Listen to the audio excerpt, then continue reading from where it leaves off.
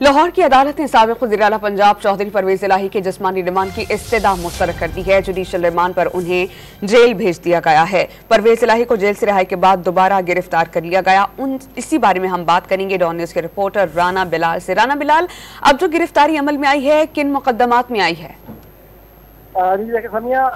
गुज़िश्ता रोज anti corruption की खसूसी अदालत ने परवेज इलाही की जमानत मंजूर की थी। उसके बाद FIA ने मनी लॉन्ड्रिंग का मुकदमा दर्ज कर लिया था परवेज इलाही के खिलाफ।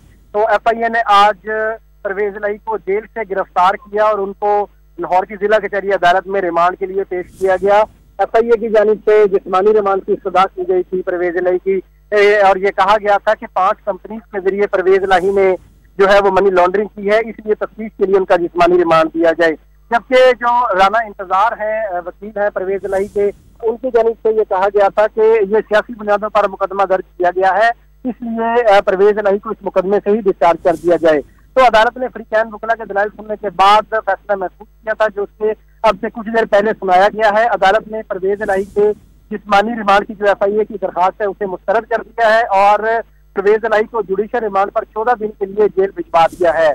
परवेज इलाही को जो है वो FIA हुकाम अदालत से ले गए हैं। अब परवेज इलाही के वकला का कहना है कि FIA के इस केस में परवेज इलाही की जमानत दायर की जाएगी।